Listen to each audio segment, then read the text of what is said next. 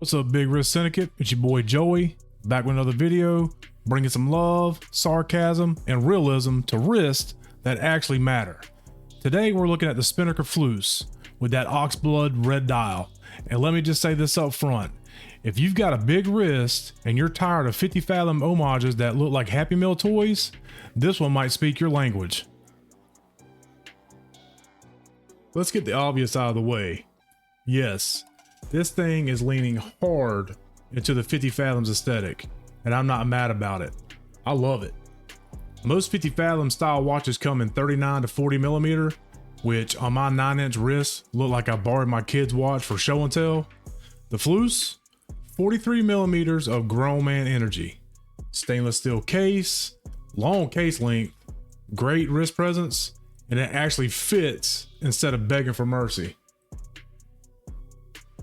Now let's talk about this dial, because Spinnaker absolutely cooked here. This Oxblood red is phenomenal. It's rich, it's deep, it shifts in the light, and it looks good from every angle. Low light, bright light, awkward family gathering lighting, it doesn't matter. I bought this watch specifically as a holiday watch for Thanksgiving and Christmas, and I wore it proudly. I got compliments, which, let's be honest, it's rare in the watch world unless someone thinks it's a Rolex. And no, before you ask, it does not photograph as well as it looks in person. In real life, this thing punches way above its price class. We got a sapphire crystal, we got a matching color date wheel, framed date window at 3 o'clock, very classy touch. Would I prefer it at 6 o'clock for symmetry? Yes. Am I losing sleep over it? Absolutely not. Inside, we got the Miyota 8215. Look, this is not hot horology. This is not a flex movement, but it's a workhorse. It hacks, it hand winds, you set the date, you set the time, you move on with your life. It's a Toyota Camry of movements. It's not exciting, but it will get you where you're going. On the back, we got a display screw down case back, a signed Spinnaker rotor, nice touch. You don't see that in this price very often. Water resistance is 150 meters, which is more than enough unless you're planning on invading Atlantis. The screw down crown has excellent grip. It's easy to tighten, easy to loosen, easy to set, but no crown guards though, so be warned. If you're the type who smacks your wrist into door frames like it owes you money, just keep that in mind. The supplied waterproof leather strap is excellent. Thank you, Spinnaker, for making it long enough. This thing is not holding on by hopes and dreams in the last hole in the strap. Comfortable, sturdy, looks great with the dial. No immediate strap swap required. And actually, once I tighten it up, I wear my shit accordingly on my wrist bone. It's a wristwatch, not a hand watch. So I have 4 adjustments. No, 1, 2, 3, 4. I'm on the 5th hole. So I have plenty adjustment for when my wrist swells throughout the day. And it is super, super comfortable. And it sets the whole aesthetic for this watch. And I would personally, if I could find more, if I could just buy the strap, I would buy a few more of these. If they had different colorways. I think highly of these. So Spinnaker, hook your boy up and sell some of these in different colors, because this is phenomenal. All right, time for my bitches and moans, and there's only one.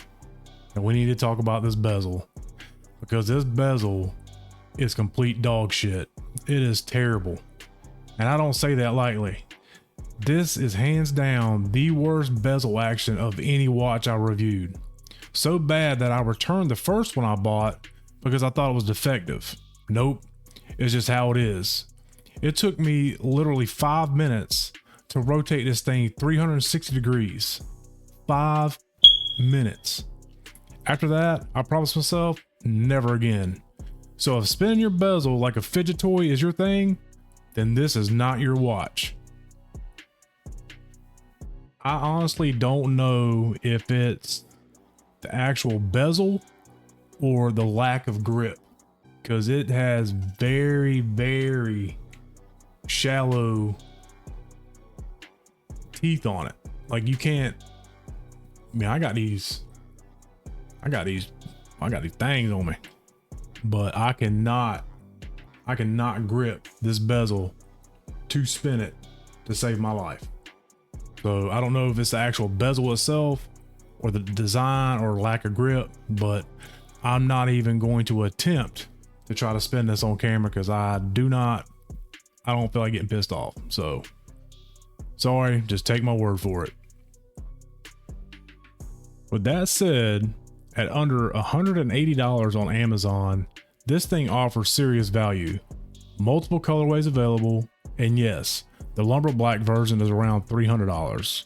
And yes, that's the one I want next, because everything looks better in black. Overall, the Spinnaker Fleuss delivers big wrist presence, a killer dial, solid specs, and one absolutely awful bezel. Would I buy it again? Yes. Would I spin the bezel for fun? Absolutely not. Also, going into 2026, I promise to my viewers, my channel will not have me dressed in some cheap ass Burlington Coat Factory 3-piece suit, you know, telling you about watches you should buy off of AliExpress or watches you should buy from here or buy from there. I'm not with that corny shit.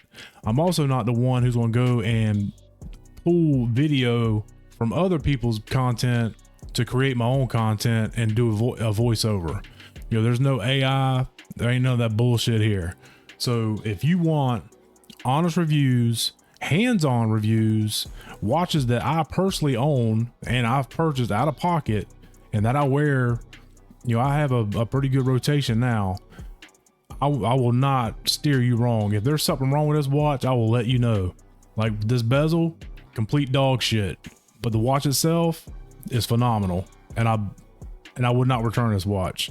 I don't give two shits about spinning the bezel. I'm not a diver. I could care less. I know that I got it lined up and I'm leaving it right where it's at. But y'all stay saucy, keep it funky, and I'm out. Peace.